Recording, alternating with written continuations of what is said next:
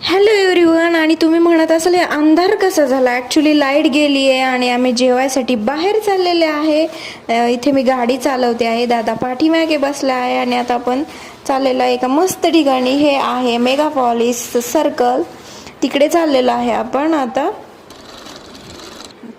आणि फायनली पोहोचलो हैदराबादी हाऊसला. इथे मी गाडी लॉक करते आता. आणि चला आता आपण काय घेऊ बघूया.